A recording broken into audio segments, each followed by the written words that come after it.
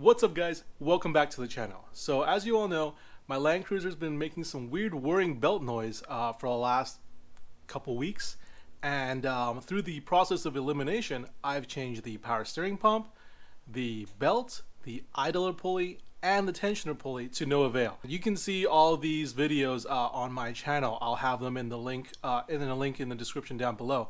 But all that's left now is the alternator, so let's give that a shot.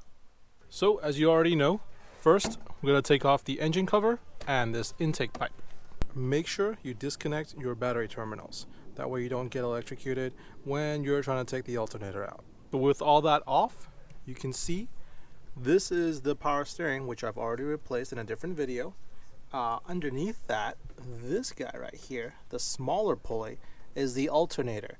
So first we're going to take off the belt. If you don't know how to take off any of this, just check out my other videos. I go through this pretty much every time, but this one I'm just going to blast through this. So with the belt off, now this pulley is free and we can get to the 3 bolts, 3 14 millimeters that hold on the power steering pump. Now we don't need to remove the power steering pump, we just need to move it aside a little bit. So the pressure hose and the hoses that go to the reserve, those stay. You don't need to move those guys.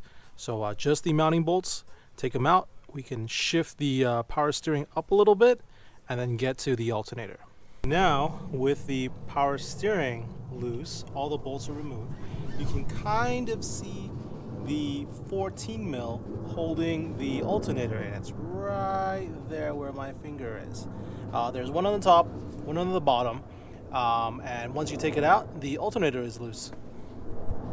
Okay, this is the brand new alternator. That's the part number right there. Don't worry if you don't catch it right now, I'll have it listed down in the description below. This is a remanufactured part from Toyota. It was a lot cheaper than a brand new part. I think it was roughly $270-ish. And you know, same type of quality as a brand new part that you expect from Toyota. Ta-da! It's so shiny. This, you can see the mounting bolts.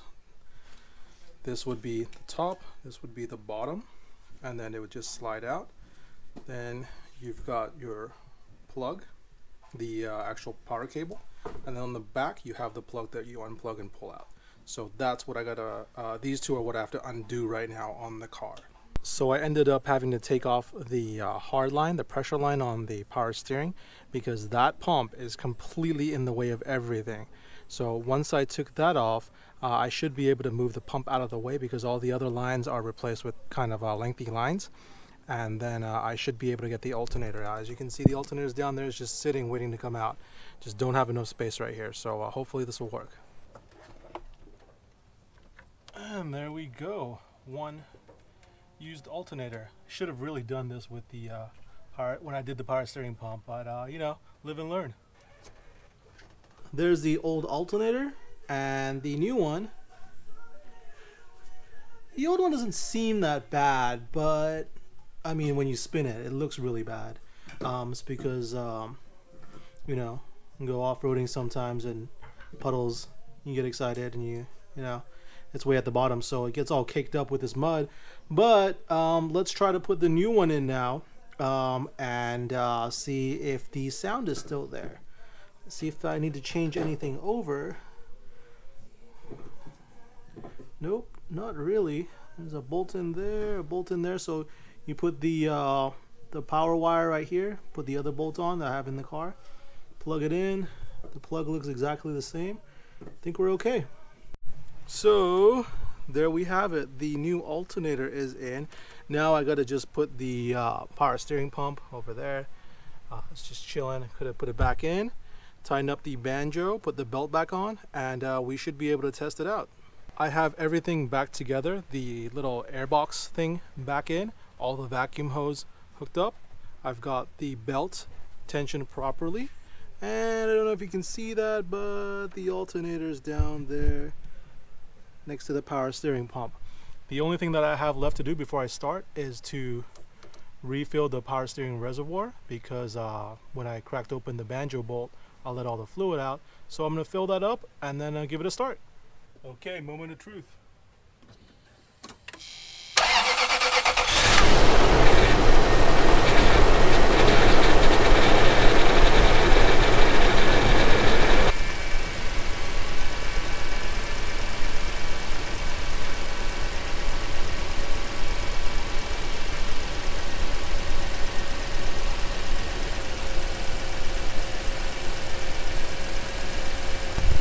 So far so good.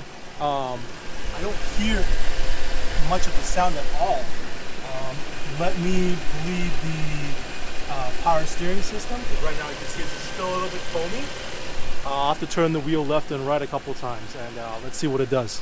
I don't see any alternator lights or anything weird like that from inside the gauge cluster.